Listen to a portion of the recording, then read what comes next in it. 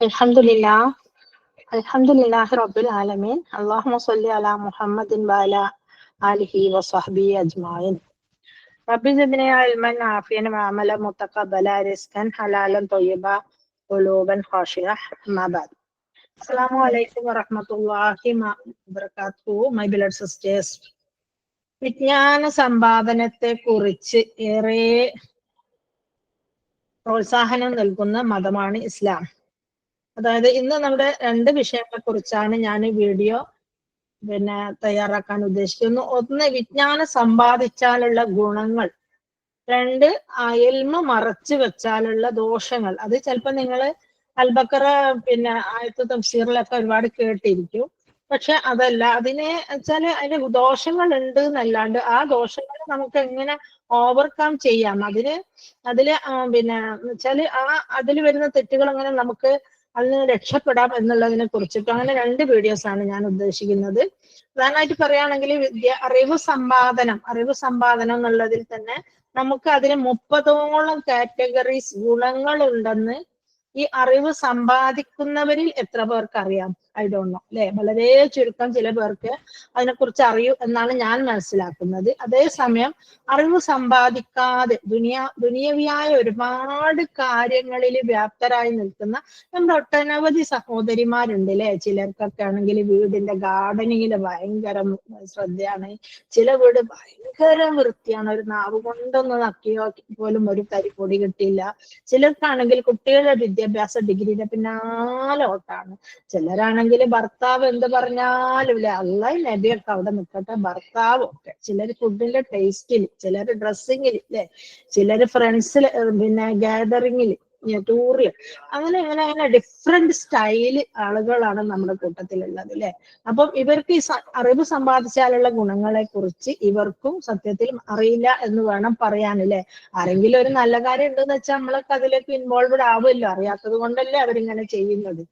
ഇൻഷാ അല്ലാഹ് അതിനെ കുറിച്ച് നമുക്ക് വിശദമായിട്ട് നോക്കാം.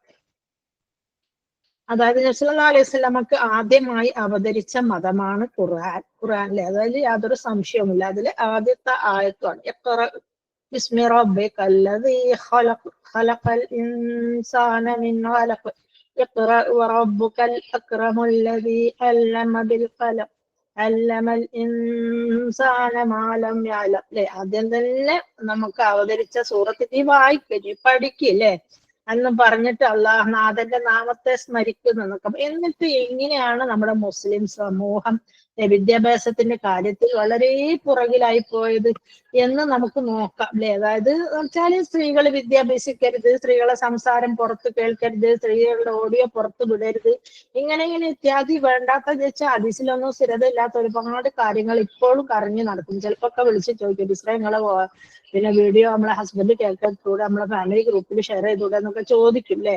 അങ്ങനെയൊന്നും ഇല്ല. കാരണം ആയിഷ റളിയല്ലാഹു ഹഫ്സ റളിയല്ലാഹു ഒക്കെ ഹദീസ് ക്ലാസ്സുകൾ, ഖുർആൻ ക്ലാസ്സുകൾ എടുത്തിട്ടുള്ളതായിട്ട് നമുക്ക് അറിവുള്ള കാര്യമാണ്. മാത്രമല്ല ഖദീജ റളിയല്ലാഹു അൻഹ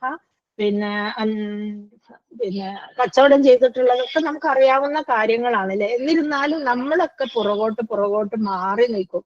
ഇതൊക്കെ പാടില്ല, ഇത് ഹറാമാണ് എന്നുള്ള രീതിയിൽ, അല്ലെ? ആക്ച്വലി അങ്ങനെ ആണോ? അല്ല, അല്ലെ? നമ്മൾ അങ്ങനെയൊന്നും മാറി നിൽക്കേണ്ട യാതൊരു ആവശ്യവുമില്ല. ആളുകൾ ഇൽമ പഠിക്കുന്ന കാര്യത്തില് പക്ഷെ പണ്ടത്തേനെ അപേക്ഷിച്ചിട്ട് ഞാൻ പറഞ്ഞൊരവസ്ഥ ആയിരുന്നെങ്കിൽ പോലും ഇപ്പോൾ ഒരുപാട് ഫോർവേഡഡ് ആണ്, വളരെ മുന്നോട്ട് വന്നിട്ടുണ്ട്. ഇവിടെ മലപ്പുറം ഡിസ്ട്രിക്റ്റില് ഒരു വീട്ടില് 2-3 ഡോക്ടേഴ്സും എഞ്ചിനീയേഴ്സും ഇല്ലാത്ത വീട് ഇല്ല എന്ന് തന്നെ പറയാം. മലപ്പുറത്തുകാരെന്ന് പറഞ്ഞ ആൾക്കാരൊരു മുസ്ലിംസിനെ തരം താഴ്ത്തി കെട്ടുന്ന ഒരു സ്വഭാവം ഉണ്ടെങ്കിൽ പോലും അങ്ങനെയല്ല. അവരാണ് വിദ്യാഭ്യാസത്തിന്റെ കാര്യത്തിൽ ഏറ്റവും മുൻപന്തിയിൽ നിൽക്കുന്നത്, അല്ലെ? അങ്ങനെ നമ്മുടെ ഫാമിലികളിലൊക്കെ തന്നെ എന്തായിട്ടുണ്ട്, ഇപ്പൊ വിദ്യാഭ്യാസമുള്ള ആളുകൾ ഒരുപാടുണ്ട്. അതുപോലെ തന്നെ ഒരു പുരോഗതി കൈവരിച്ചിട്ടുള്ള ഒരു രംഗമാണ് ഖുർആൻ ക്ലാസിന്റെ വിഷയത്തിലും, അല്ലെ? ഇപ്പൊ ഞാൻ ഈ അടുത്തിടെ അറിയാൻ സാധിച്ചിട്ടുള്ള ചില വസ്തുതകൾ എന്താണെന്ന് വെച്ചാൽ, കുറച്ചൊരു 50-60 ഏജ് ആകുമ്പോഴത്തേക്കും വളരെ ഡിവോട്ട് ആയിട്ട് ഭയങ്കര ഭക്തിയായിട്ട് ദീനിലേക്ക് അങ്ങ് പെണ്ണുങ്ങളൊക്കെ ഒരുപാട് അട്രാക്റ്റഡ് ആയിട്ട് വിവാഹമേ വേണ്ട, അതുവരെ നമ്മളെ നോക്കി സംരക്ഷിച്ച ഭർത്താവ് പോലും വേണ്ട എന്ന് പറഞ്ഞ് ഇതിന്റെ പുറകെ പോകുന്ന പെണ്ണുങ്ങളും വിരളമല്ല, അല്ലെ? മാറുള്ള നമ്മളെ കാത്തു നോക്കി നമ്മളെ ബാല്യകാലത്ത് നമുക്ക് ഒരുപാട് സുഖവും സന്തോഷമൊക്കെ തന്ന അവരെ ഉപേക്ഷിച്ചിട്ട് ഒരു ദീനില്ലേ, അതൊന്നും അള്ളാഹ്ക്ക് ഇഷ്ടമുള്ള ദീനല്ല. അതല്ല. അപ്പൊ സൃഷ്ടിച്ചവനായ നാഥന്റെ നാമത്തിൽ നീ വായിക്കുക അല്ലെ. അറിവ് നേടാൻ ആദ്യം വേണ്ടത് നെയ്യത്താണ്. നെയ്യത്ത് വേണം. അത് എന്തിനുള്ള നെയ്യത്തായിരിക്കണം? അള്ളാഹുവിന്റെ അള്ളാഹുവിന്റെ ഗുണകാംക്ഷയുള്ള അല്ലെ, പ്രതീക്ഷിച്ചു കൊണ്ടുള്ള ഒരറിവ്. അറിവ് ഇന്ന് പലതരത്തിലുണ്ട്. അതായത് ആളുകളായിട്ട് ക്രോസ് ചെയ്യാൻ അറിവുണ്ട്, ആളുകൾ ഡിബേറ്റ് നടത്താന്, പിന്നെ ഭൗതികമായ പല കാര്യങ്ങൾക്ക് വേണ്ടിയിട്ടും, പിന്നെ അള്ളാഹുവിനെ എതിർക്കാനുള്ള അറിവ്, ഖുർആനെ ധിക്കരിക്കാനുള്ള അറിവ്, അങ്ങനെ അങ്ങനെ അങ്ങനെ ഒട്ടനവധി അറിവുകളുണ്ട് അല്ലെ. പക്ഷെ അറിവുകൾ എപ്പോഴും നാഫി ആയിരിക്കണേ എന്ന് ദുആ ചെയ്യാം അല്ലെ. അതായത് നമ്മൾ 30ഓളം ഗുണങ്ങൾ പറഞ്ഞതിൽ നമുക്ക് ഒന്നാമത്തെ നോക്കാം. അബൂ ഹുറൈറ റിപ്പോർട്ട് ചെയ്ത ഹദീസാണ്. അൻ അബീ ഹുറൈറത റളിയല്ലാഹു അൻഹു ഖാല ഖാല റസൂലുള്ളാഹി സ്വല്ലല്ലാഹു അലൈഹി വസല്ലം മൻ സലക ത്വരീഖൻ യൽതമിസു ഫീഹി ഇൽമൻ സഹലല്ലാഹു ലഹു തരീഖൻ ഇലൽ ജന്ന. ആരെങ്കിലും വിജ്ഞാനം അന്വേഷിച്ച് ഒരു മാർഗത്തിൽ പ്രവേശിച്ചാൽ സ്വർഗത്തിലുള്ളേക്കുള്ള വഴി അവന് എളുപ്പമാക്കി കൊടുക്കും. നമ്പർ 1 തുറമുദി റിപ്പോർട്ട് ചെയ്ത ഹദീസാണ്. ഒന്നാമത്തെ ക്വാളിറ്റി എന്ന് പറയുന്നത് നമ്മുടെ സ്വർഗം ഈസി ആക്കി കിട്ടും അല്ലെ. നമ്മള് പിന്നെ അറിവ് സമ്പാദിക്കാൻ വേണ്ടി ഖുർആൻ ക്ലാസ്സിലേക്ക് പുറപ്പെട്ട് കഴിഞ്ഞാൽ നമുക്ക് സ്വർഗം ഈസി ആയി കിട്ടും. അത് മാത്രമല്ല, പലരും പറയും നമുക്ക് പണിയുണ്ട്, അതുണ്ട്, ഇതുണ്ട്, കുട്ടികളുണ്ട്. പക്ഷെ എന്താണെന്നറിയില്ല, ഒരുപാട് ക്ലാസ്സുകളില് പിന്നെ ഹത്തമുൽ ഖുർആൻ ഓതി കൊടുക്കുന്നവരും ഹിഫ്ള് പഠിക്കുന്നവരും അവരൊക്കെ തന്നെ വീട്ടിലെ ജോലികളൊക്കെ കഴിഞ്ഞിട്ട് അള്ളാഹു ബർക്കത്തേറിയ സമയം നൽകുന്നുണ്ട്. അതിന് ഒരുപാട് പ്രതിഫലവും ഉണ്ട് അല്ലെ. അങ്ങനെ അല്ലാമ സ്വഹീഹുൽ ഫൗസാൻ പറയുന്നു, അറിവിന്റെ സദസ്സുകളിൽ ഹാജരാകുന്നതും അവിടേക്ക് എത്താൻ ശ്രമിക്കുന്നതും ഇതിനും മനുഷ്യൻ അലസത കാണിക്കാൻ പാടില്ല അല്ലെ. ഒരു 10 വർഷം കൊറോണയ്ക്ക് മുമ്പൊക്കെ ആയിരുന്നെങ്കിൽ നമ്മളൊക്കെ വീക്കിലി ക്ലാസ്സിന് പോയി പണ്ഡിതന്മാരെ ക്ലാസ് കേട്ടു, അവിടെ ഒരുമിച്ച് കൂടി കുറെ ഫ്രണ്ട്സിനൊക്കെ കണ്ടു അല്ലെ ഖുർആൻ ക്ലാസ്സിൽ. പക്ഷെ ഇപ്പൊ കഥ മാറി. ഇപ്പൊ എല്ലാവരും ഓൺലൈനായി വീട്ടിൽ ഇരുന്ന്. പക്ഷെ അതിനേക്കാൾ ഉത്തമം എന്തുകൊണ്ടും ഓഫ്ലൈൻ പോയി പഠിക്കുന്ന തന്നെയാണല്ലോ. നമ്മളെ യാത്ര, നമ്മളെ കാലടികൾ, പള്ളി പോവാണെങ്കിൽ പള്ളി പോയിട്ട് നിസ്കരിക്കും, അങ്ങനെ ഒരുപാട് പ്രതിഫലമുണ്ട്. ഓൺലൈൻ മോശമാണെന്നല്ല, എന്നാൽ പ്രതിഫലത്തിന്റെ കാര്യത്തിൽ ഓഫ്ലൈൻ തന്നെയാണ് ഒരു പടി മുൻപിൽ നിൽക്കുന്നത് അല്ലെ. കാരണം സദസ്സിൽ നിന്ന് നേടിയെടുക്കുന്ന ഏതെങ്കിലും ഒരു അറിവായിരിക്കും സ്വർഗപ്രവേശനത്തിന് നിമിത്തമാകുന്നത്. ഷൈഖ് സ്വാലിഹ് അൽ ഫൗസാൻ പിന്നെ രേഖപ്പെടുത്തുന്ന ഒരു വിവരണത്തിലാണ് ഇപ്രകാരം കാണാൻ സാധിക്കുന്നത് അല്ലെ. നമ്മൾ സദസ്സിൽ നിന്ന് എന്തെങ്കിലും ഒരു അറിയുമ്പോൾ അത് നമുക്ക് എന്തായി മാറും? സ്വർഗപ്രവേശനത്തിന് ഒരു കാരണമായി തീരും അല്ലെ. അപ്പൊ അതൊരു ലൈവ് ഒരു വിഷയം നമുക്ക് മൗലവിയിൽ നിന്ന് കേൾക്കുമ്പോൾ അതിൻ്റെതായ ഒരു പ്രത്യേകത ഉണ്ടെന്ന് തന്നെ വേണം പറയാൻ അല്ലെ. പിന്നെ ഓരോ മുസ്ലിമും അറിഞ്ഞിരിക്കേണ്ട അത്യാവശ്യമായ അറിവുകൾ നേടാതെ അജ്ഞനായിട്ട് മരണപ്പെട്ടാൽ ഉയർത്തെഴുന്നേൽപ്പ് നാളിൽ അവൻ ചോദ്യം ചെയ്യപ്പെടുന്നതാണ് അല്ലെ. ഓരോ മനുഷ്യനും ഇപ്പൊ സാധാരണഗതിയിൽ ആൾക്കാരൊക്കെ പറയും നമ്മൾ പഠിച്ചിട്ടില്ല, നമുക്ക് അറിയില്ലേനു, നമ്മളെ ഉമ്മ മദ്രസിലാക്കിയിട്ടില്ല, അല്ലെങ്കിൽ ഉപ്പ അങ്ങനെ ചെയ്തിട്ടില്ല എന്നൊക്കെ പലരും പറയുന്നത് കേൾക്കാം അല്ലെ. അപ്പൊ അള്ളാഹു ചോദിക്കുന്ന ഒരു ചോദ്യമുണ്ട്. നീ 100 രൂപ കൊടുത്ത് ഷോപ്പിൽ പോയിട്ട് 1 കിലോ പഞ്ചസാര വാങ്ങിക്കഴിഞ്ഞാല് ബാക്കി 55 രൂപ നീ തിരിച്ചു ചോദിക്കാറുണ്ടോ? അതെന്തിനാ? അതെന്റെ പൈസ ആണ്, എനിക്ക് വേണം. എങ്കിൽ 50-ൽ നിന്ന് 45 പോയാൽ 100-ൽ നിന്ന് 45 കഴിച്ച 55 ആണ് നിനക്ക് കൃത്യമായ ബോധമുണ്ടല്ലോ. ഉണ്ട്.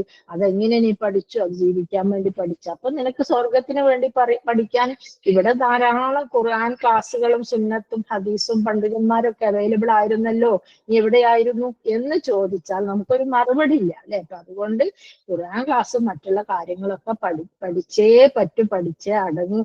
അതും നമ്മുടെ പല കാര്യങ്ങളും ദുനിയവിയായ ഒരുപാട് കാര്യങ്ങൾ മിനിമൈസ് ചെയ്തിട്ട് തന്നെ പഠിക്കണം. ഇൻഷാ അല്ലാഹ് ആ വിഷയത്തിലേക്ക് പോയ ഇത് തന്നെ ഒരുപാട് വിശദീകരണം ആവശ്യമുള്ളതുകൊണ്ട് ഞാൻ അതിലേക്ക് പോകുന്നില്ല അല്ലെ. ഫഅലമു അന്നഹു ലാ ഇലാഹ ഇല്ലല്ലാഹ്, അതായത് അള്ളാഹു അല്ലാതെ മറ്റൊരാരാധ്യനും ഇല്ല എന്ന് നീ മനസ്സിൽ ഉദ്ദേശിച്ചില്ലേ വ്യക്തമായി ചൊല്ലുക. ഇമാം ബുഖാരിയുടെ ഹദീസിൽ ഇപ്രകാരം കാണാം. ചിലർ മതവിജ്ഞാനം അന്വേഷിക്കുന്ന ഉപേക്ഷിച്ചുകൊണ്ട് ഇബാദത്തുകൾ ചെയ്യാൻ ശ്രമിച്ചു അല്ലെ.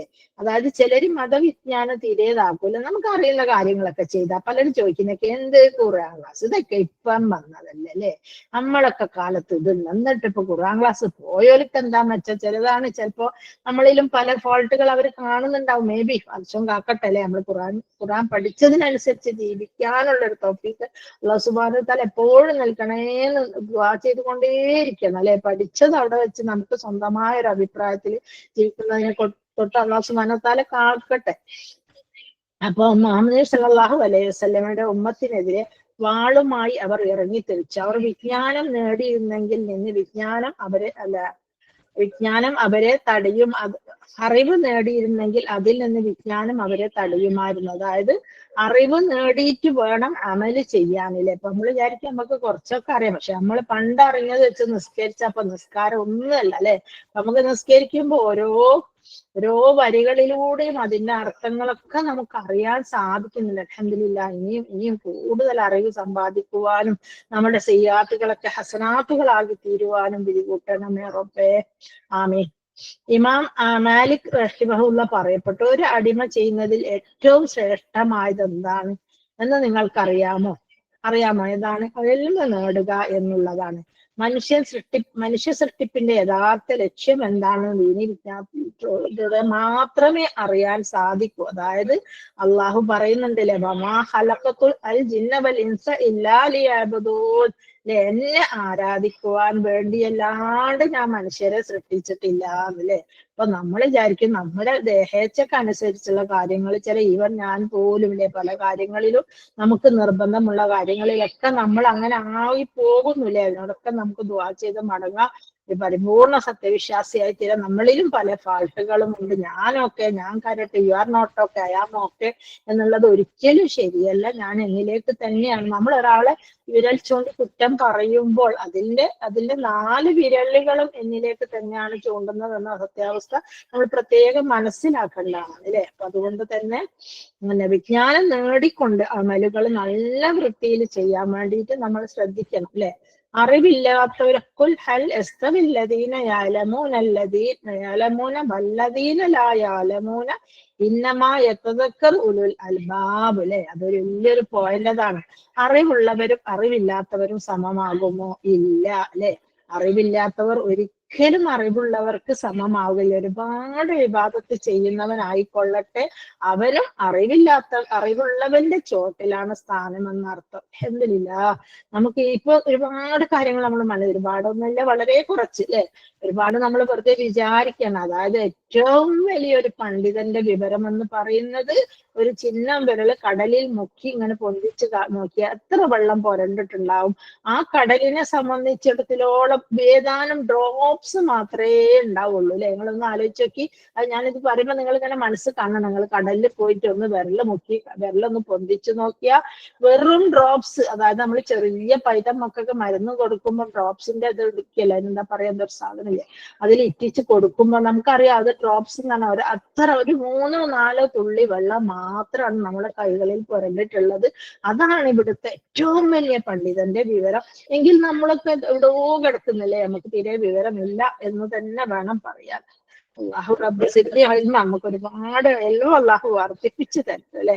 അപ്പൊ ഇന്ന ഫളലൽ ആലിമി അലൽ ആബിദി കഫളലിൽ കമരി ലൈലത്തുൽ ബദ്രി സാഇരിൽ കവാകിബി. അറിവുള്ളവർ അള്ളാഹുവിന്റെ തിരുസന്നിധിയിൽ ഉയർന്ന സ്ഥാനത്തിലേക്ക് അർഹരാണെന്ന് പഠിപ്പിക്കുന്നു അല്ലെ. ഒതുക, കയറി പോവുക എന്നൊക്കെ പറയുന്നത് നമ്മൾ കേട്ടതാണല്ലോ അല്ലെ. ഹിഫ്ള് പഠിച്ചവർക്ക് എത്രയോ ആളുകൾക്ക് ശുപാർശ ചെയ്യാം. ഹിഫ്ള് പഠിച്ചവരുടെ മാതാപിതാക്കൾക്കുള്ള പ്രതിഫലങ്ങളിൽ അങ്ങനെ ഒരുപാട് കാര്യങ്ങൾ നമ്മൾ കേട്ടതാണ്. അതുകൊണ്ട് തന്നെ വിജ്ഞാനം സമ്പാദിക്കുക എന്നുള്ളത് 5ാമത്തെ ക്വാളിറ്റി ആയിട്ട് പറയുന്നത് പല പടികൾ അള്ളാഹു ഉയർത്തപ്പെടുന്നു. അത് വിജ്ഞാനം മീൻസ് ഖുർആനും സുന്നത്തും തന്നെ ആയിരിക്കാം അള്ളാഹു പ്രതീക്ഷിക്കുന്നത്. അതല്ലാണ്ട് നമ്മൾ മറ്റുള്ള ഭൗതിക വിജ്ഞാനങ്ങളെ കാര്യം എന്താണെന്ന് അറിഞ്ഞ. പക്ഷെ ഒരു ഡോക്ടർ എന്ന നിലയിൽ ഒരു ഡോക്ടർ സമ്പാദിച്ച വിവരത്തിന് ഒരുപാട് പ്രത്യേകതയുണ്ട്. അയാൾ എത്ര മനുഷ്യന്മാരെ രോഗത്തിൽ നിന്ന് രക്ഷിച്ചുവോ അത്രയും മനുഷ്യന്മാരെ ഒരുപാട് എല്ലാ ലോകത്തിലുള്ള ഒരാളെ രക്ഷിച്ചാൽ ലോകത്തിലുള്ള മുഴുവൻ പേരെ രക്ഷിച്ച പോലെയാണ്. അതുകൊണ്ട് അയാൾ എന്തെങ്കിലും അശ്രദ്ധ കൊണ്ട് എന്തെങ്കിലും കാരണം കൊണ്ട് ഒരാളെ കൊന്നാൽ ലോകത്തിലുള്ളവരെ മുഴുവൻ കൊന്ന പോലെ മാതല്ല അല്ലെ. എന്തെങ്കിലും മനഃപൂർവ്വം ചെയ്യുന്നവരും ഉണ്ട് ഇല്ലേ, കിഡ്നിക്ക് വേണ്ടിയും കിഡ്നി കട്ട് ചെയ്ത് വെക്കാൻ വേണ്ടിയിട്ടും ലിവറും അങ്ങനെ പല പ്രശ്നങ്ങളുണ്ട്. അപ്പൊ അത് അങ്ങനത്തെ ഡോക്ടർമാരെ ഉദ്ദേശിച്ചായിരിക്കാം മേ ബി അങ്ങനെ പറയുന്നത്. അബൂദറിൽ നിന്ന് നിവേദനം ചെയ്ത ഹദീസിൽ സല്ലല്ലാഹു അലൈഹി വസല്ലമ പറയുന്നത് ഞാൻ കേട്ടു. അദ്ദേഹം പറയുകയാണ്, വിവരമില്ലാത്ത ആബിദിനേക്കാൾ വിവരമുള്ള ആബിദിനുള്ള ശ്രേഷ്ഠത നക്ഷത്രങ്ങളെക്കാൾ ചന്ദ്രനുള്ള ശ്രേഷ്ഠത പോലെയാണ് അല്ലേ. സുബ്ഹാനല്ലാഹ്. നക്ഷത്രം എന്ന് പറയുന്നത് കുറേ ഉണ്ട് അല്ലെ. നക്ഷത്രത്തിന് ആരെയും പേരിടുന്ന പോലെ ഉണ്ട് കേട്ടോ.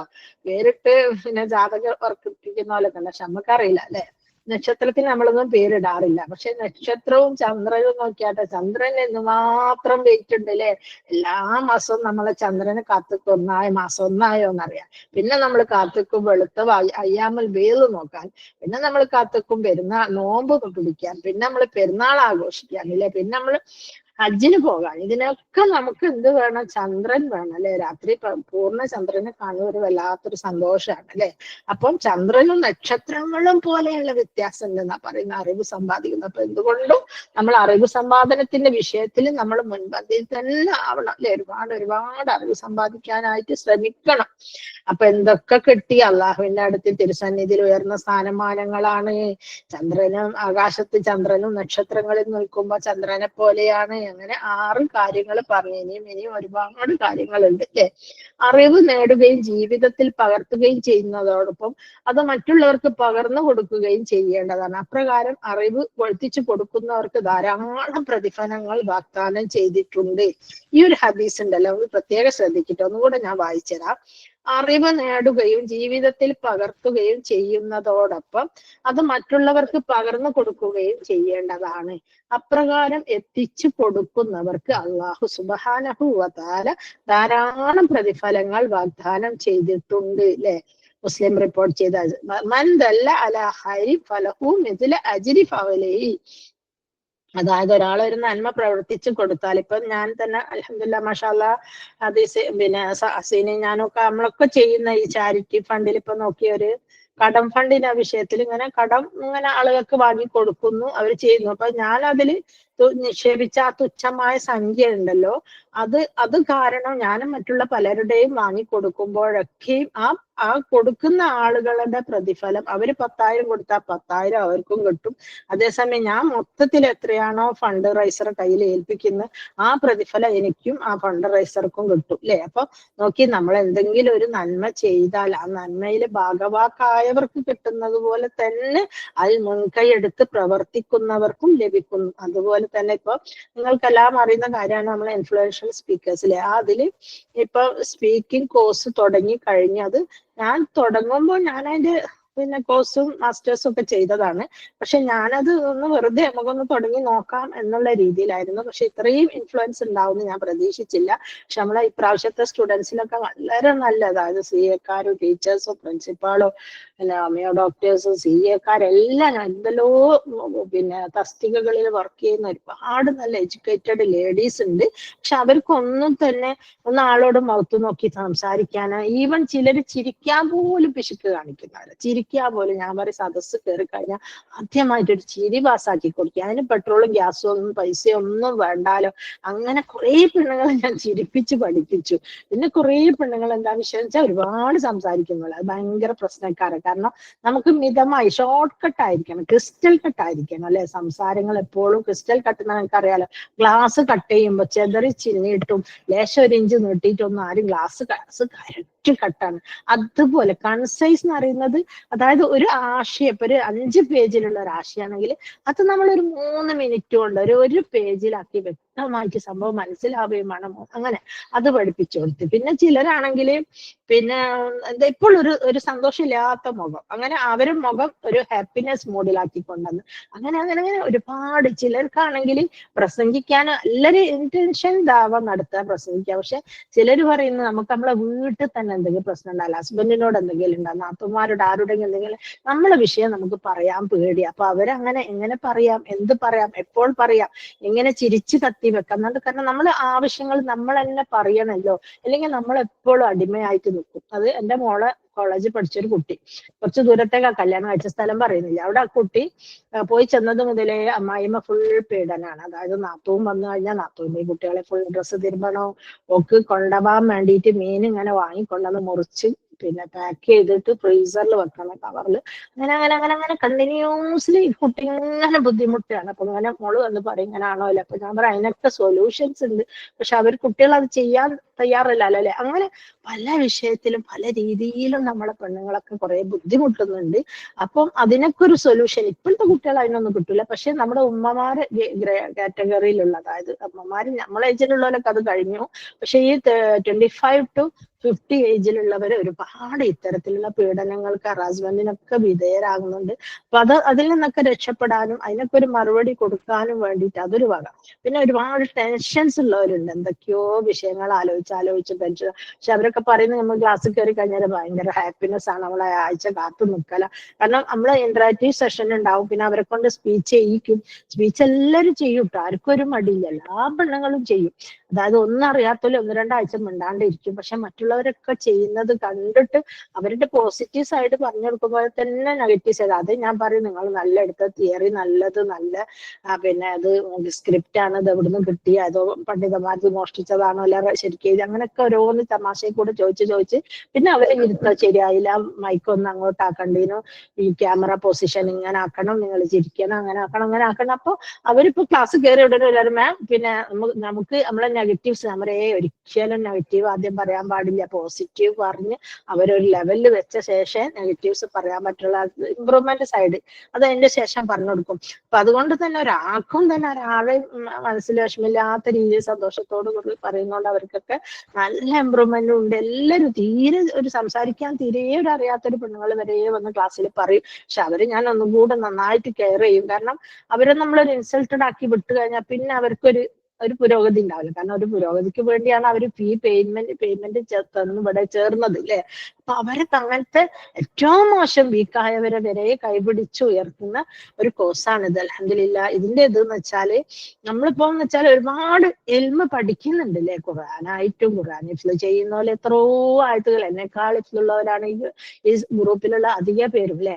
പിന്നാണെങ്കിൽ തജ്വീദ്, അതിന്റെ ജസ്രിയ കോഴ്സും അതിന്റെ അപ്പുറം എന്തോ കോഴ്സ് ഉണ്ടല്ലോ, അത് പഠിക്കുന്നു. ഖുർആൻ ഹാത്തിമുൽ ഖുർആനൊക്കെ ഒരുപാട് ഓതുന്നു. പിന്നെ തഫ്സീർ പഠിക്കുന്നു. ഇങ്ങനെ ഒരുപാട് പക്ഷെ ഇവരൊക്കെ ചെയ്യുന്ന എന്താ വെച്ചാൽ പഠിച്ച് പണ്ടാരോ പറഞ്ഞോളോ. നമ്മളിപ്പോ വലിയൊരു പണക്കാരനുണ്ട് എന്ന് വിചാരിച്ചു, അവർക്ക് അയാളെ കയ്യിൽ കുറെ കോടിക്കണക്കിനുണ്ട്. ആ കോടിക്കണക്കിന് പൈസ അയാളെ മക്കൾക്കും ഭാര്യക്കും വീട്ടുകാർക്കും സ്വന്തക്കാർക്കും അയാളെ ഉമ്മക്കും പെങ്ങന്മാർക്കും കൊടുത്തെങ്കിൽ എല്ലാവർക്കും കിട്ടുള്ളൂ.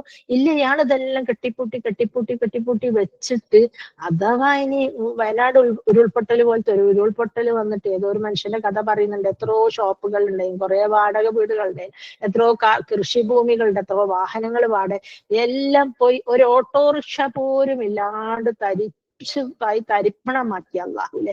അതല്ല നമ്മളൊക്കെ കൊടുത്തിട്ട് അള്ളാഹു കാത്തു രക്ഷിക്കട്ടെ.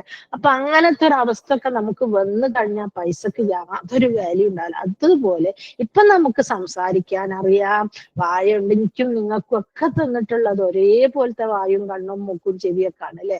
അത് വെച്ച് നമുക്ക് നന്നായി സംസാരിക്കാം, ആളുകളോട് മിങ്കിള് ചെയ്യാം, ആളുകളോട് പെരുമാറാം, ആളുകൾക്ക് ക്ലാസ് എടുത്ത് കൊടുക്കാം. ഇനിയിപ്പോ നമ്മുടെ കുടുംബത്തിൽ തന്നെ നമ്മളോട് ഇഷ്ടമുള്ള, നമ്മളോട് താല്പര്യമുള്ള കുറച്ച് ആളുകളെ വിളിച്ചു കഴിഞ്ഞാൽ എല്ലാ ആഴ്ചയും ഒരാഴ്ച അശ്വമിന്റെ ഒരു ക്ലാസ്സിന്റെ ഒരാഴ്ച പറഞ്ഞു തരട്ടെ. അത്ര ഒന്നും വിശദമായിട്ടൊന്നും എനിക്ക് പറയാൻ തരാൻ പറ്റില്ല, കുറച്ച് അങ്ങനെ പറഞ്ഞു കൊടുത്ത് അപ്പൊ നമ്മള് കുടുംബക്കാര് പറയാൻ പറഞ്ഞ നന്നായിട്ടുണ്ട് കേട്ടോ, അങ്ങനെ പറയണമെന്ന് പറഞ്ഞാൽ അവരെന്നെ അതിനെ പ്രൊമോട്ട് ചെയ്യും അല്ലെ. അങ്ങനെ അതും അല്ലെങ്കിൽ ഏറ്റവും പാവപ്പെട്ട ഏരിയയിലേക്ക് പോയി അവിടെ കുറച്ച് വൈകുന്നേരത്തെ ചായയും കടിയും, അല്ലെങ്കിൽ ഒരു നോമ്പിനൊക്കെ ആണെങ്കിൽ 2-3 ഒരു ആട്ടന്റെ പേക്കും ഒരു മൈദന്റെ പേക്കും ഒരു ഓയിലിന്റെ പേക്കും നമ്മൾ കുടുംബത്തിലുള്ളവരോട് പൈസ ചോദിച്ചാൽ കിട്ടും. ഞാൻ അങ്ങനെയാണ് വലിയ പിന്നെ പ്രാസംഗികയായത്. അവിടെ പോയിട്ട് പ്രസംഗിക്കും. ഒരു മൈക്ക് വാങ്ങണം, ചൈനന്റെ മൈക്കാണ്, 500 റുപ്യ എടുത്ത് വാങ്ങിയാൽ കുറെ യൂസ് ചെയ്യാം.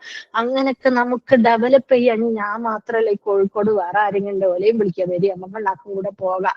ഞാൻ അങ്ങനെ ക്ലാസ് എടുക്കാൻ പോകുമ്പോൾ കുറെ ആളെ കൊണ്ടേ പ്രസംഗിപ്പിച്ചു. പക്ഷെ അവരൊക്കെ പകുതി വയൽ ഓടി തിരിച്ചു പോകുന്നിട്ടോ. അങ്ങനെയല്ല. പക്ഷെ ഈ കോഴ്സിൽ ചേർന്നോലൊന്നും അതല്ല, അവർക്കൊക്കെ നല്ല ഇൻട്രസ്റ്റ് നന്നായി പറയുന്നുണ്ട്. ഒരു തലശ്ശേരി എന്നിട്ടുള്ള ഒരു ലേഡി ഫുൾ ഇംഗ്ലീഷിൽ ക്ലാസ് എടുത്തിട്ടുണ്ട്.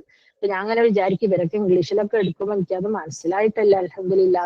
അപ്പൊ അങ്ങനല്ലേ നമ്മളിപ്പോ ഞാൻ പറഞ്ഞ ഈ കോടീശ്വരന്റെ കഥ പോലെ നമ്മളിപ്പോ ഒരുപാട് പഠിച്ച് ഞാൻ എന്തിനാന്ന് വെച്ചോളി പഠിച്ച് വെച്ച് അതിനിപ്പോ ഞാൻ ക്ലാസ്സിലും ക്ലാസ്സും എടുത്തില്ല, ആർക്കും പിന്നെ ഇതുപോലെ സ്പീക്കിംഗ് കോഴ്സും നടത്തിയിട്ടില്ല. മരിച്ചപ്പോ ഈ എന്റെ അടുത്തുള്ള ചുരുങ്ങിയ ഒരു കൈക്കൊമ്പിളിൽ എടുത്ത വെള്ളം പോലെ അത്രയും അമലുമായിട്ട് ഞാൻ നാളെ പോണ്ടി വരും അല്ലെ. ഇപ്പൊ ഇതല്ല, ഒരു സമാധാനം ഉണ്ട് അൽഹംദുലില്ലാ. എന്താന്ന് വെച്ചാല് പിന്നെ ഞാൻ കൊടുത്ത അമലുകൾ ഇൽമുകൾ ഒരുപാട് ആളുകൾ, ഇപ്പൊ ഉദാഹരണമായിട്ട് പറയുകയാണെങ്കിൽ ചിലരൊക്കെ ദുഹാ നമസ്കാരം അടിച്ചിട്ട് നിസ്കരിക്കലില്ലേ, അപ്പൊ അതെങ്ങനെ നിസ്കരിക്കണമെന്നുള്ളത് ഞാനൊരു വഴി കാട്ടിക്കൊടുത്തു. ഞാൻ പറഞ്ഞു നിങ്ങൾ രാവിലെ അടിച്ച് ഇഷ്റാക്ക് കഴിഞ്ഞ് വേഗം ചായ കാച്ചുമ്പോൾ തന്നെ ചോറുണ്ടാക്കുക, അതതിന്റെ കൂടെ തന്നെ ചോറ് വെച്ച് ഉപ്പേരി മുറിച്ച് മീൻ മുറിച്ച് കായം വെച്ച് മീൻ കറി വേണമെങ്കിൽ നമുക്ക് അന്നേരം വെക്കാം. അങ്ങനെ ഒരുപാട് പണികളൊക്കെ കഴിച്ചു വെച്ച് നിങ്ങൾക്ക് കുളിച്ചൊരു 11 മണിയാകുമ്പോ നിസ്കാരപ്പായി കയറിയാൽ അന്നേരം ആകാശലോകത്തിന്റെ കവാടങ്ങൾ തുറക്കപ്പെടുന്ന സമയമാണ്. അന്നേരം നമുക്ക് പിന്നെ എന്തെങ്കിലുമൊക്കെ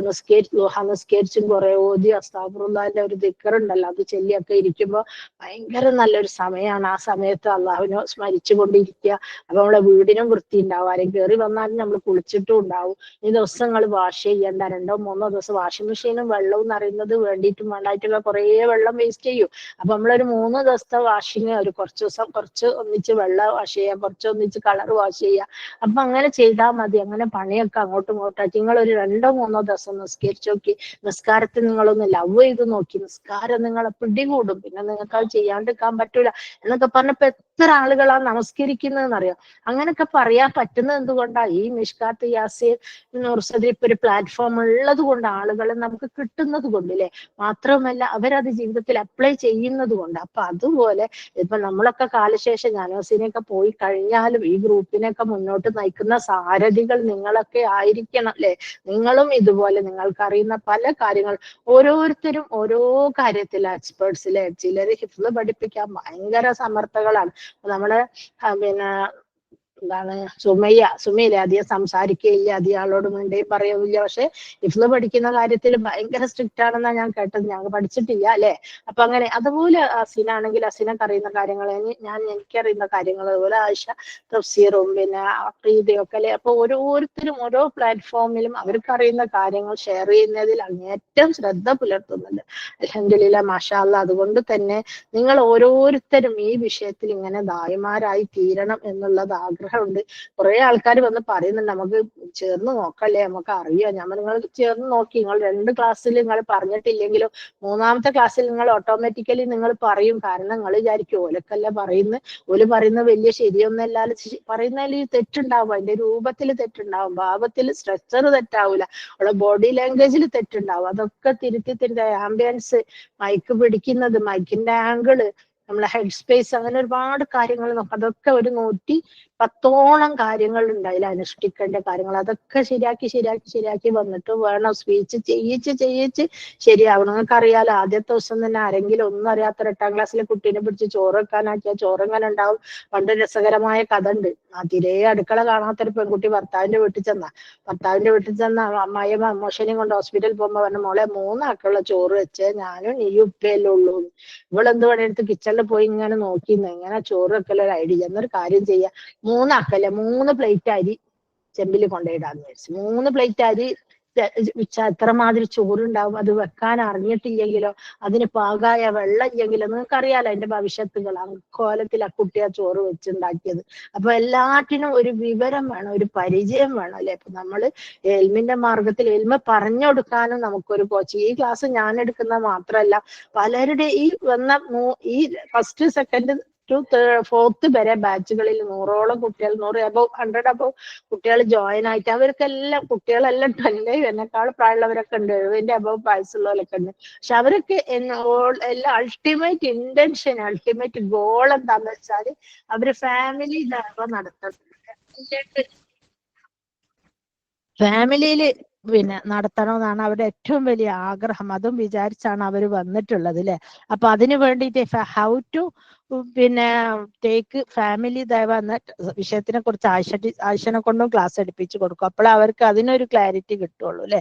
പിന്നെ ഞാൻ എടുക്കുന്ന ക്ലാസ് എങ്ങനെ ലീഡർഷിപ്പ് ക്വാളിറ്റി നമ്മളിൽ എങ്ങനെ ഉണ്ടാക്കാം, പേഴ്സണാലിറ്റി ഡെവലപ്മെന്റ് എങ്ങനെ ഉണ്ടാക്കാം. അപ്പൊ എല്ലാവരും വിചാരിക്കും ഇതെന്തിനാത്, പിന്നെ പേഴ്സണാലിറ്റി ഡെവലപ്പിങ്ങും മറ്റുള്ള ലീഡർഷിപ്പ് ക്വാളിറ്റി ഒക്കെ. അപ്പൊ ലീഡർഷിപ്പ് എന്ന് പറയുന്നത് നമ്മളെ വീട്ടിലെ ലീഡർ നമ്മളാണ്. പേഴ്സണാലിറ്റി ക്വാളിറ്റി, നമ്മൾ നല്ലൊരു ക്വാളിറ്റി ഉള്ള പേഴ്സൺ അല്ലെങ്കിൽ നമ്മുടെ ക്ലാസ് ആരും കേൾക്കൂല. ഷുവർ ആണ് അല്ലെ. നമ്മൾ ക്വാളിറ്റി വൈസ് അല്ലെങ്കിൽ നമ്മളെ ക്ലാസ് ആർക്കും ഇഷ്ടം ഉണ്ടാവൂല അല്ലെ. അപ്പൊ അങ്ങനെയാണ്. അപ്പൊ നമ്മൾ പറഞ്ഞു കൊടുത്തിട്ട്, ഇപ്പൊ ഞാൻ ക്ലാസ് എടുത്ത് കൊടുത്തിട്ട് എത്ര ആളാണോ ഈ വിഷയത്തിൽ അതുപോലൊക്കെ ചെയ്യുന്നത്, അപ്പൊ അവരുടെ പ്രതിഫലമൊക്കെ നമുക്ക് കിട്ടൂലേ. അൽഹംദുലില്ലാ, മാഷാ അല്ലാ, ബാറക്കല്ലാ. അപ്പൊ അതുപോലെ നിങ്ങൾ എല്ലാവരും നാളത്തെ ദായികളായിട്ട് മാറണം അല്ലെ. ഇന്നിപ്പം തന്നെ വലിയ സമൂഹത്തിനെ ബാധിക്കുന്ന ചെറിയൊരു വലിയ ഫിത്തനാണോ എന്ന് എനിക്ക് അറിഞ്ഞൂടാ. കാരണം ആളുകളൊക്കെ ഇപ്പൊ ലേഡീസ് ദാഹികളെ ഇറങ്ങിയത് കൊണ്ട് തന്നെ അവരേറ്റവും വലിയ ക്വാളിറ്റി എന്ന് വെച്ചാൽ ഒരു സ്ത്രീക്ക് മറ്റൊരു സ്ത്രീന്റെ മനസ്സറിയുള്ളൂ, ഒരു സ്ത്രീക്ക് മറ്റൊരു സ്ത്രീയുടെ വിഷമം അറിയുള്ളൂ. അപ്പൊ അതുകൊണ്ട് തന്നെ നമ്മൾ പറഞ്ഞു തരുമ്പോൾ നമ്മൾ അതിൻ്റെതായ നമ്മുടെ ഒരു സഹോദരി എങ്ങനെ ക്ലാസ് എടുക്കണം, എങ്ങനെ പഠിപ്പിക്കണം, എന്താണ് അവർക്ക് എളുപ്പം, അവരെ ജോലി എങ്ങനെ എളുപ്പമാക്കാം എന്നുള്ളതിനെ കുറിച്ച് ഡീപ്പായിട്ട്. പക്ഷെ ആണുങ്ങൾ പറഞ്ഞു തരുമ്പോൾ നമുക്ക് അത്ര ഇല്ല. അതുപോലെ തന്നെ ഇപ്പൊ ആണുങ്ങളെ ക്ലാസ്സിന് ഭയങ്കര വാല്യൂ കുറഞ്ഞു വരുന്നുണ്ട്. പിന്നെ വലിയ വലിയ മറ്റേ യൂണിവേഴ്സിറ്റി പോലെ വലിയ വലിയ ഖുർആൻ ഹിഫ്ളൊക്കെ നടത്തുന്ന സംഘടനകളൊക്കെ നടത്തുന്ന സ്ഥലങ്ങളിൽ ആണുങ്ങളെ ക്ലാസ്സിന് വെച്ചിട്ട് ലേഡീസ് റിവ്യൂസ് വളരെ കുറവായിട്ട് ഇപ്പൊ ലേഡീസിനെ തന്നെ വെൽക്കം ചെയ്യുന്നു എന്നൊക്കെ പറയുന്നു കേൾക്കുന്നു. അള്ളാഹു ആലം, എനിക്ക് അറിഞ്ഞൂടെ ആ വിഷയത്തിനെ കുറിച്ചിട്ട്. അപ്പൊ അതുകൊണ്ട് തന്നെ നമുക്ക് ഇനി ദായി എന്നുള്ള നിലയ്ക്ക് നമ്മുടെ സ്കോപ്പ് വളരെ കൂടുതലാണ്. ഇനിയിപ്പം കണ്ണൂരുള്ള ഒരാൾ ക്ലാസ് എടുത്ത കണ്ണൂർക്കാർ മാത്രമൊന്നും എല്ലാവരും കേൾക്കുന്നു, കോഴിക്കോടും കേൾക്കും, കേരളം മുഴുവൻ കേൾക്കും, ഇന്ത്യ മുഴുവൻ കേൾക്കും, out of India, internationally, Germany, Italy, France, ഇവിടെ എല്ലാം നമ്മളെ കൗമുണ്ടോ അവിടെ ഒക്കെ ഇരുന്ന്. ഇപ്പൊ ഈ അടുത്ത് നമ്മുടെ ഗ്രൂപ്പിൽ തന്നെ ഒരാള് ലണ്ടനിൽ പോയിട്ട് മോളെ എടുത്ത, പക്ഷെ ഇവിടുന്ന് എല്ലാ കഥകളും മോളെ എടുത്തെന്ന് ഒരു വാട്സാപ്പ് വഴി കാണുന്നുണ്ട് അല്ലേ. അപ്പൊ നമ്മള് വേൾഡ് വൈഡ് ആയിട്ട് ഇന്റർനാഷണൽ ഗ്ലോബലി ഫെയിം ആവുക, അൽഹംദുലില്ലാ.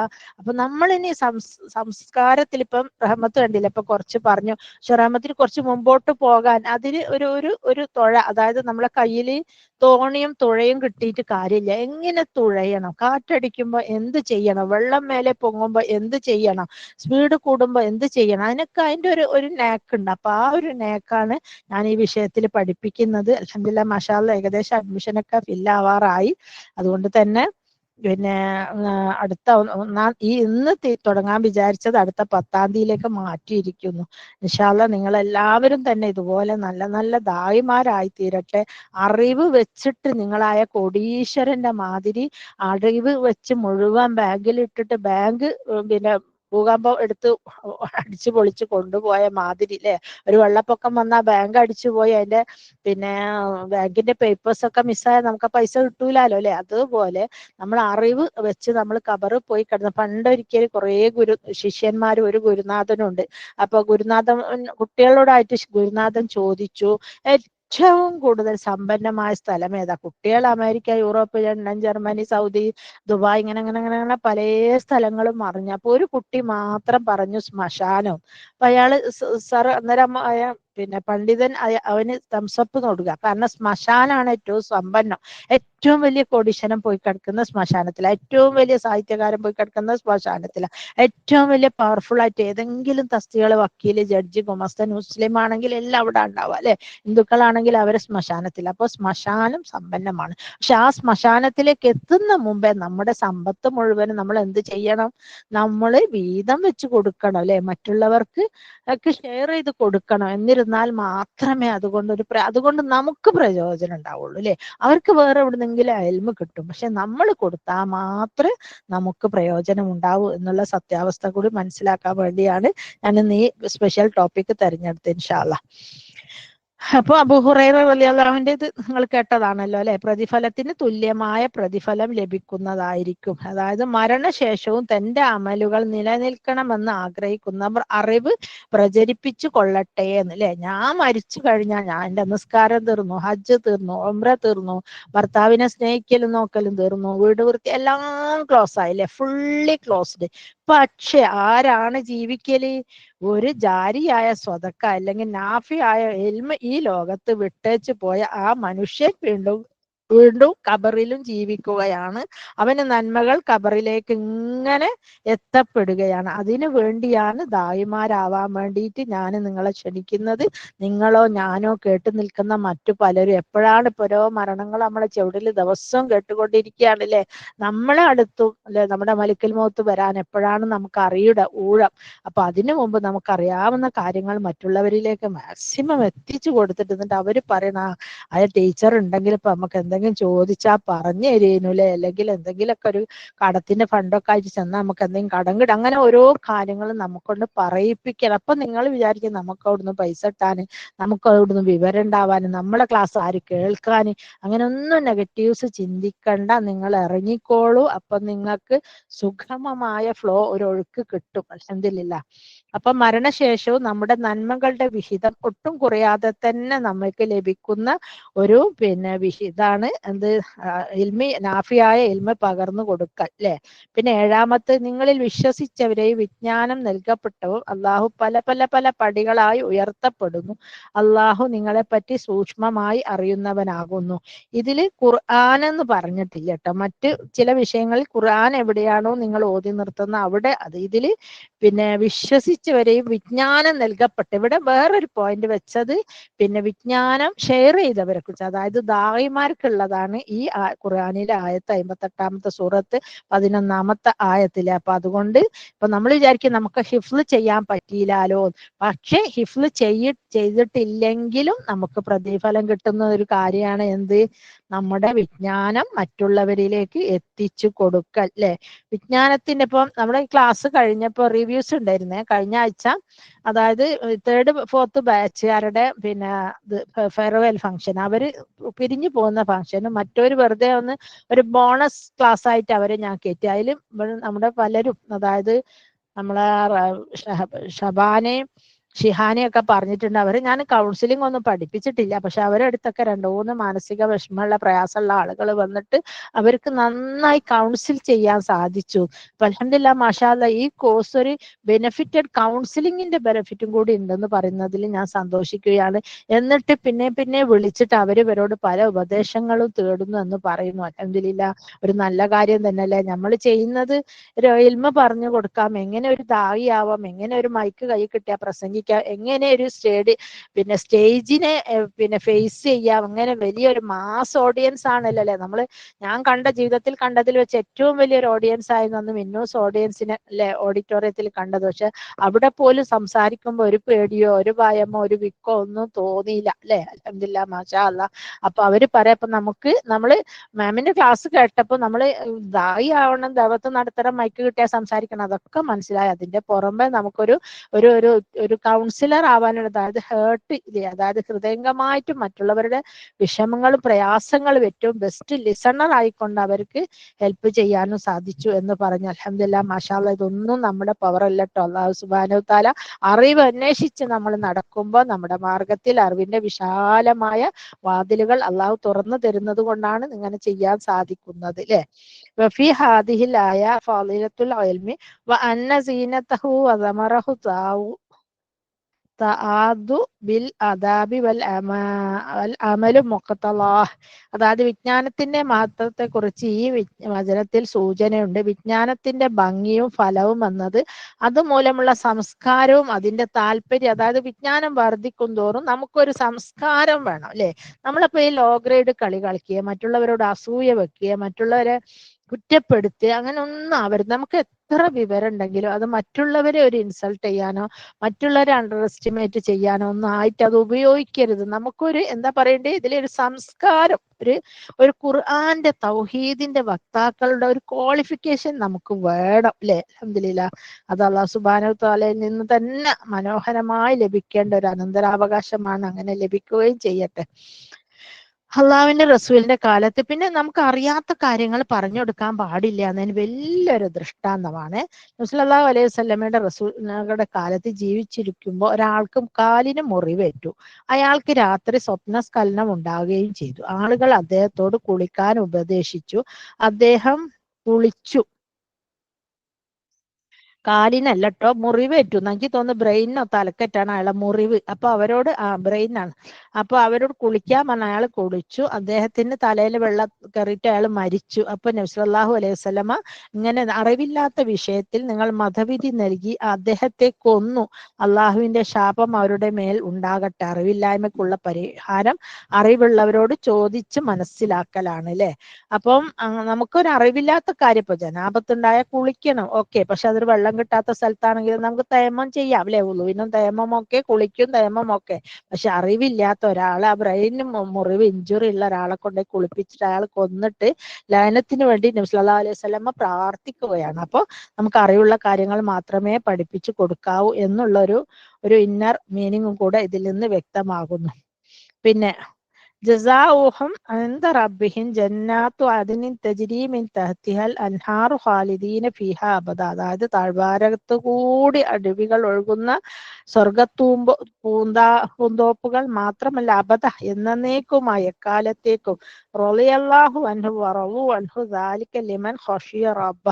അതായത് അള്ളാഹു അവരിലും തൃപ്തിപ്പെട്ടിരിക്കുന്നു, അവർ അള്ളാഹുവിലും തൃപ്തിപ്പെട്ടിരിക്കുന്നു. ഏതൊരുവൻ രക്ഷിതാവിനെ ഭയപ്പെട്ടുവോ അവനുള്ളതാണ് അതിന് ഈ ഇത്തരത്തിലുള്ള മഹനീയ സ്വർഗം. അപ്പം അറിവുള്ളവന് മാത്രമേ അള്ളാഹുവിനെ ഭയപ്പെട. ഇന്നമ യഖ്ഷല്ലാഹു മിൻ ഇബാദിഹിൽ ഉലമാ. ഉലമാക്കൾക്കല്ലാണ്ട് അള്ളാഹുവിനെ ഭയപ്പെടാൻ സാധിക്കുകയില്ല എന്ന് പറയപ്പെടുന്നു അല്ലെ.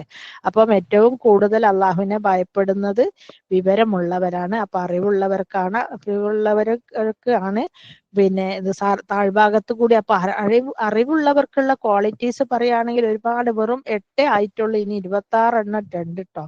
അല്ല സോറി, മൊത്തത്തിൽ 30 ഉണ്ട്. ഇൽമിന്റെ സദസ് അസൽ എന്നത് അള്ളാഹുവിനോടുള്ള ഭയമാണ്. അതുള്ളവർക്കായിരിക്കും അള്ളാഹു ഉന്നതമായ സ്വർഗങ്ങളിലെ അള്ളാഹുവിനെ ഹൃദയത്തില് പിന്നെ ഭയപ്പാടോട് കൂടി ഓർമ്മിക്കാൻ കഴിയുന്നതും അവർക്ക് തന്നെയാണ്. റളിയല്ലാഹു അൻഹു വറളു അൻഹു ദാലിക ലിമൻ ഖശിയ റബ്ബ. അള്ളാഹു അവരെയും തൃപ്തിപ്പെട്ടിരിക്കുന്നു. അവർ അള്ളാഹുവിനെ, അള്ളാഹു സുബ്ഹാനഹു വ തആല അത്തരക്കാരിൽ നമ്മെ ഉൾപ്പെടുത്തി അനുഗ്രഹിക്കുമാറാകട്ടെ. ആമീൻ.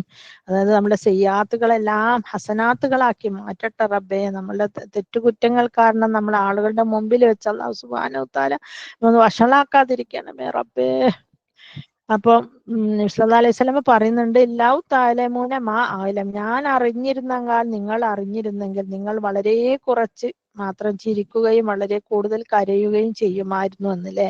നമ്മൾ ചിരിക്കുന്നതൊക്കെ നമുക്ക് പരലോകത്തിന്റെ ഒരു ചിന്ത ഇല്ലായിട്ടാണെന്ന് വേണം പറയാൻ. പിന്നെ ആദമിന്റെ മക്കൾ മരണപ്പെട്ടു കഴിഞ്ഞാൽ 3 കാര്യങ്ങളെല്ലാം അവരിൽ നിന്ന് മുറിഞ്ഞു പോകുന്നു. അതായത് നിലനിൽക്കുന്ന ദാനധർമ്മം, പള്ളി, മദ്രസ, കിണർ, അങ്ങനെ കണ്ട പൊതു സൊസൈറ്റിക്ക് വേണ്ടി ചെയ്യുന്ന ദാനധർമ്മങ്ങൾ, പിന്നെ എൽമിയായ നാഫിയായ എൽമ്, ഇങ്ങനത്തെ അറിവുകൾ, അവന് വേണ്ടി പ്രാർത്ഥിക്കുന്ന നല്ലവരായ സന്താനങ്ങൾ അല്ലെ.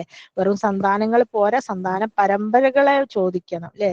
അതായത് ഞാൻ ജനിച്ച് എൻ്റെ മക്കൾ ഖിയാമത്ത് നാൾ വരെ എന്നിൽ നിന്നുണ്ടാകുന്ന മക്കൾ എനിക്ക് വേണ്ടി ദുആ ചെയ്യുന്ന മക്കളാകണേ എന്ന് പ്രാർത്ഥിക്കണം അല്ലെ.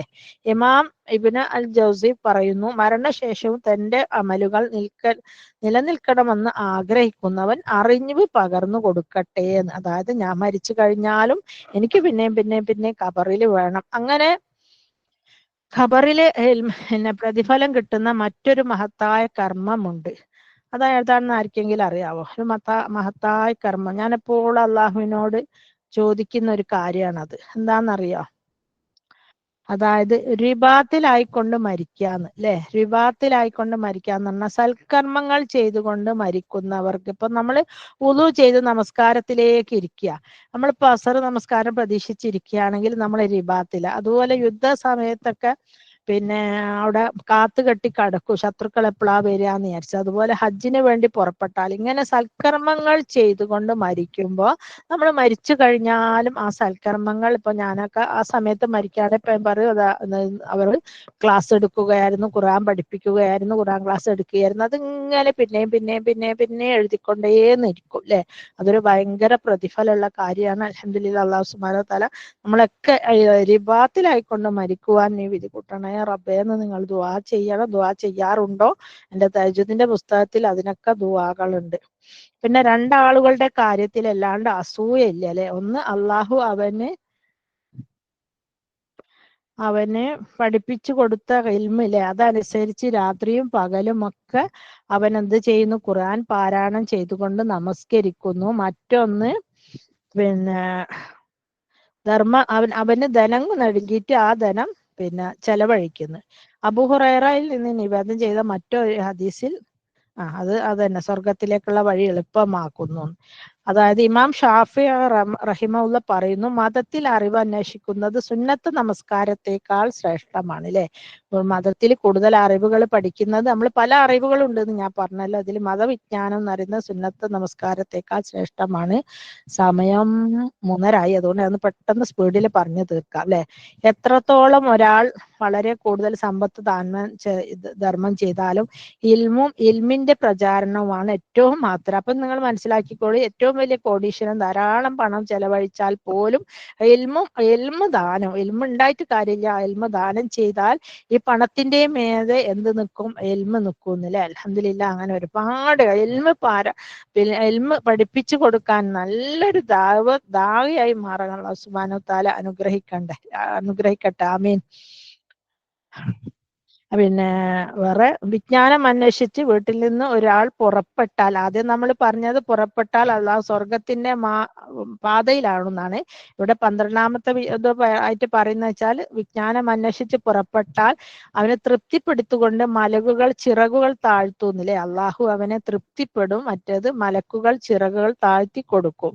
13 നിശ്ചയം മലക്കുകൾ വിദ്യാർത്ഥിക്ക് അവന്റെ പ്രവൃത്തിയിലുള്ള സന്തോഷം കാരണം ചിറക് താഴ്ത്തി കൊടുക്കുന്നതാണ്. ആകാശഭൂമിയിലുള്ളവർ വെള്ളത്തിലെ മത്സ്യങ്ങൾ ഉൾപ്പെടെ അറിവുള്ളവന്റെ പാപമോചനത്തിനായിട്ട് പ്രാർത്ഥിക്കും. അല്ലെ? അത് ഭയങ്കര ഒരു ഗുണമുള്ള കാര്യമാണ്. ആകാശഭൂമിയിലുള്ളവർ എന്ന് പറഞ്ഞാൽ അവയിലെ എണ്ണമില്ലാത്ത മലക്കുകൾ, നമുക്ക് ആ മലക്കുകളെ എണ്ണൊന്നും അറിഞ്ഞൂടാ. അല്ലെ? ഒരു ദിവസം ബൈത്തുൽ മാമൂറിൽ 70,000 മലക്കുകളാണ് നമസ്കരിക്കുന്നത്.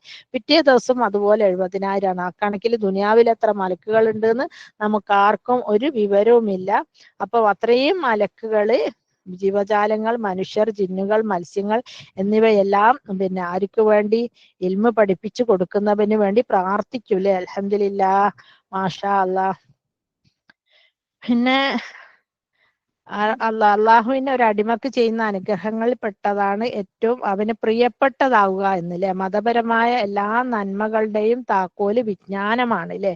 അപ്പൊ നമ്മൾ വിജ്ഞാനം കരസ്ഥമാക്കിയാൽ മാത്രം പോരാ, ആ വിജ്ഞാനം മറ്റുള്ളവർക്ക് അറിയിച്ചു കൊടുക്കലും ഒരു നല്ലതാണ്. നമ്മളെ സംബന്ധിച്ചിടത്തോളം അൽഹംദുലില്ലാ, മാഷാ അല്ലാഹ്, കേരളത്തിലുള്ള മറ്റുള്ള ഇതര സംഘടനകളെ പോലെയല്ല. അല്ലെ? ഓരോ സംഘടനക്കാർക്കും ഓരോ അജണ്ടകൾ ഉണ്ട്. നമുക്ക് ഒരു അജണ്ട ഇല്ല. ഈ ഗ്രൂപ്പിൽ ആർക്ക് വേണമെങ്കിലും എപ്പോ വേണമെങ്കിലും ക്ലാസ് എടുക്കാനും ആളുകളെ പറഞ്ഞു കൊടുക്കാനും മനസ്സിലാക്കി കൊടുക്കാനും ഒക്കെ ഉള്ള ഒരു നല്ലൊരു പ്ലാറ്റ്ഫോം അല്ലാഹു സുബ്ഹാനഹു വ തആല നമുക്ക് കനിഞ്ഞ് അനുഗ്രഹിച്ച് നൽകിയിട്ടുണ്ട്.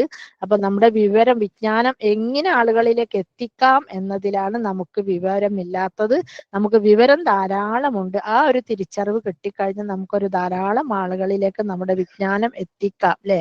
അവിവേകത്തെ രോഗമായും അതിനുള്ള മരുന്നായി രോഗം ചോദിച്ചറിയലുമാണെന്ന് അദ്ദാവു ദവ എന്ന ബുക്കിൽ പ്രത്യേകം രേഖപ്പെടുത്തിയിരിക്കുന്നു. താഴ്ന്നവരെക്കാൾ എനിക്കുള്ള മഹാത്മ്യം പോലെയാണ് എനിക്ക്. നബി സല്ലല്ലാഹു അലൈഹി വസല്ലം പറഞ്ഞു, അള്ളാഹും അവന്റെ മലക്കുകളും ഭൂമിയിലുള്ളവരും മാളത്തിലെ ഉറുമ്പും മത്സ്യവും കൂടി നന്മ പഠിപ്പിച്ചു കൊടുക്കുന്നവർക്ക് വേണ്ടി പ്രാർത്ഥിക്കുന്നതാണല്ലേ? അത് വീണ്ടും പറയാണ്. അപ്പൊ നമുക്ക് ഒരുപാട് പ്രാർത്ഥന ലഭിക്കാനുള്ള ഒരു കാര്യം കൂടിയാണ് എന്ത്? ഈ ഇൽമ പഠിക്കുക എന്നുള്ളത്. അൽഹംദുലില്ലാ, അല്ലാഹു സുബ്ഹാനഹു വ തആല. അപ്പൊ ഇതിന്റെ വിഷയത്തിൽ ഒരു 10-20 ആയിട്ടുള്ളൂ. ഇനി ഞാൻ ഇൽമ മറച്ചു വെച്ചാലുള്ള ദൂഷ്യം എന്ന വിഷയത്തിനെ കുറിച്ച് ക്ലാസ് എടുക്കാൻ ആഗ്രഹിക്കുകയാണ്. അപ്പൊ ഈ ക്ലാസ് ഇവിടെ സ്റ്റോപ്പ് ചെയ്തിട്ട് വേറൊരു വീഡിയോ ഓൺ ചെയ്യാണ്.